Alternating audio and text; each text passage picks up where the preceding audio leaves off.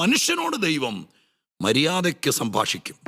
നീ നിന്നെ സ്വർഗത്തിൽ കൊണ്ടുപോകണം, നിന്നെ നിത്യതയിലെത്തിക്കണം, നീ ദൈവത്തിന് വേണ്ടി ജീവിക്കണം. ഈ ഒരു ആയുസ് ഇവിടെ തീർക്കരുത്. ഇവിടം കഴിഞ്ഞാൽ കുഴിമാടത്തിനപ്പുറം ഒരു നിത്യതയുണ്ട്. അതിനുവേണ്ടി ചില കാര്യങ്ങൾ പറയുമ്പോൾ ഉൾക്കൊള്ളാൻ മനസ്സില്ലാതെ ധാർഷ്ട്യത്തോടെ എതിർക്കുമ്പോൾ, ചിലപ്പോൾ പ്രവചനത്തിലൂടെ, ചിലപ്പോൾ രോഗത്തിലൂടെ, ചിലപ്പോൾ കഷ്ടതയിലൂടെയൊക്കെ സന്ദർശിക്കും. ഇനി അതുമല്ലാത്തൊരു മാർഗമാണ് ഞാൻ പറഞ്ഞത്.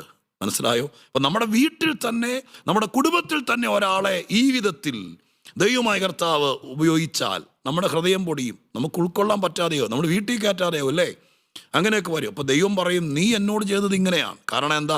ഞാൻ നിന്നെ സൃഷ്ടിച്ചു, ഞാൻ നിന്നെ വീണ്ടെടുത്തു, ഞാൻ നിനക്ക് വേണ്ടതെല്ലാം നൽകി തന്നു, ഞാൻ നിന്നെ മാന്യനാക്കി, ഞാൻ നിനക്ക് വിദ്യാഭ്യാസം തന്നു, അർഹതയില്ലാത്തതെല്ലാം തന്നിട്ട് നീ ദൈവത്തെ വിട്ട് വിഗ്രഹങ്ങളെയും ദൈവമല്ലാത്തതിനെ സേവിക്കാൻ പോവുകയും നീ ദൈവത്തെ മറക്കുകയും ചെയ്തപ്പോൾ ഈ ജനം ദൈവത്തോട് ചെയ്തത് ഇങ്ങനെ തന്നെയാണ്.